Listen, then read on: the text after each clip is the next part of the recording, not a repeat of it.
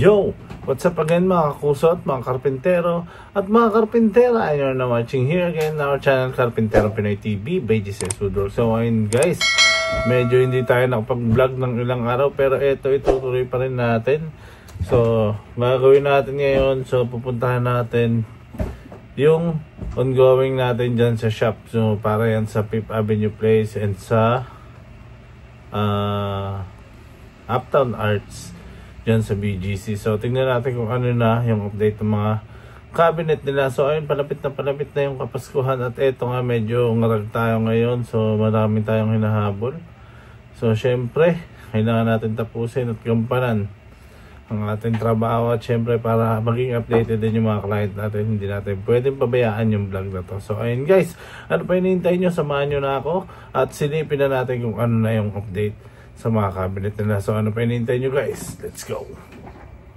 So ayun guys, eto nga, nagsimula na yung bakbakan dito sa ating woodwork shop. So hindi lang pala nga ito para sa 5th Avenue, and hindi lang din ito para sa Uptown Arts, kasi yung mga ibang project natin is halo-halo na. So eto guys, so as you can see, medyo masikip na tayo dito sa ating shop, pero tuloy-tuloy pa rin tayo, and at the same time, nandun na yung iba, nilalaminate na rin. So mamaya mapakita ko sa inyo kung ano na yung mga nagawa natin sa bawat project. So dito kasi hindi natin siya ma-determine kasi halo-halo na siya.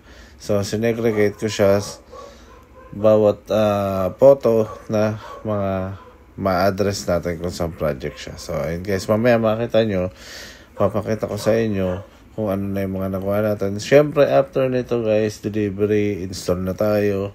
So medyo nagmamadali na tayo dahil nga nalalapit na ang Kapaskuhan, pero ganun talaga, kailangan natin gawin ang lahat. At sa ganun is mabigyan natin ng ngiti bago man lang magpasko ang ating mga kliyente.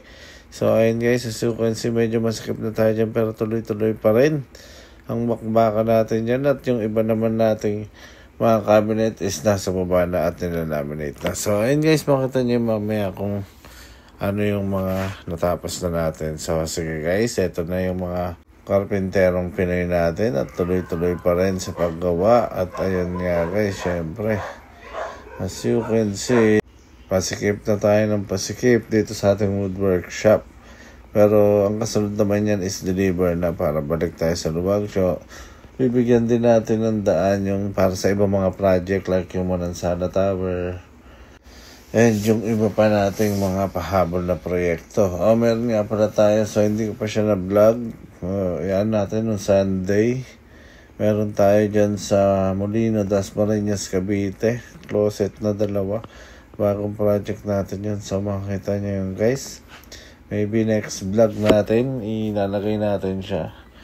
Ayun, para makita nyo rin din yung magiging itsura ng kanyang wardrobe closet na 2 kung ano yung kalalabasan. So ayun guys, no, napintuan na rin natin itong mga iba. Syempre ready na yun sa laminate.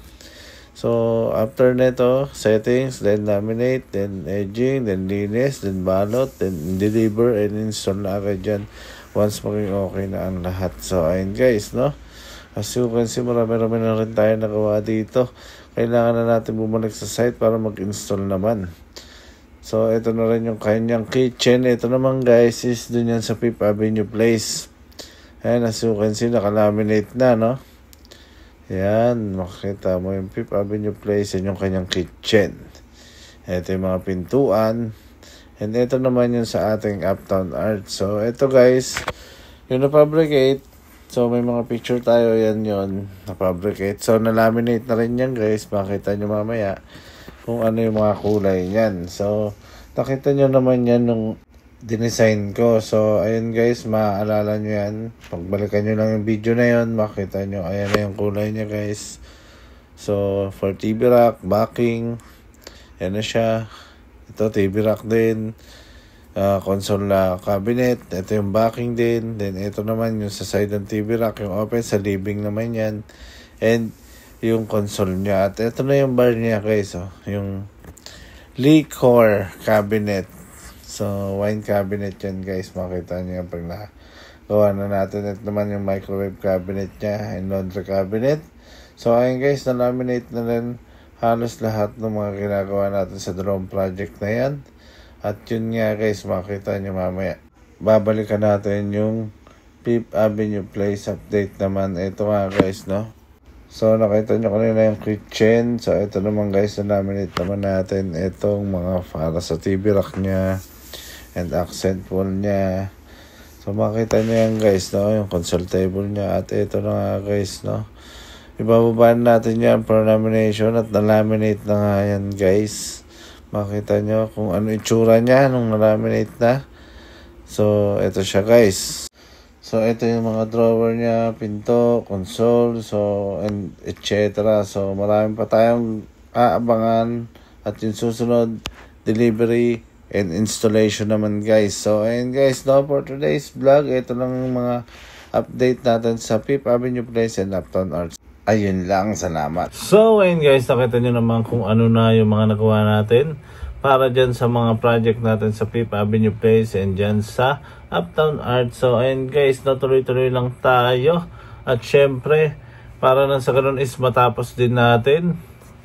At gagawin natin yung makakaya natin syempre para umabot tayo doon sa at least doon malapit na yung Kapaskuhan. Syempre marami ring holidays, di natin alam, pero gagawin natin yung best natin. So ayun guys, sa mga gusto magpagawa, pero para next year na to sa mga gusto magpagawa, no, message lang kayo dito sa aming FB page, dito lang yan sa GCS Woodworks, or else pwede rin naman sa aming backup page, dito lang yan sa GCS Woodworks and Fit Out Carpenter Pinoy TV backup page, or else pwede naman kayo, mas maganda pumunta kayo dito mismo sa aming gawaan, na sa ganun is makita nyo rin kung paano ginagawa at kung ano mga materyales ang ginagamit namin at kung gaano kakalidad ang mga produktong ginagawa namin. Guys, traceable naman yung aming shop, dito lang yan sa GCS Woodworks and Fit Out. At sa mga hindi pa nakapag-subscribe, no, please like, share, and subscribe, and please click the notification bell below para update kayo sa mga bagong videos na ilalabas namin. At ayun nga guys, muli nagpapasalamat kami sa buong taon na pagsuporta nyo sa amin at pagtangkilik sa produkto na gawa ng sariling ating ng mga karpenterong Pinoy natin. Yun guys, no, maraming salamat sa patuloy na pagsubaybay at pagsuporta at panood dito sa aming videos. Sanay huwag kayong magsawa at patuloy nyo kaming suportahan at patuloy nyo kaming panoorin. Dito lang yan sa aming YouTube channel. So ayun guys, maraming salamat muli sa mga karpentero sa buong mundo at sa lahat ng mga, at syempre sa mga OFW natin. Mabuhay kayo. Dito na lang, break it down.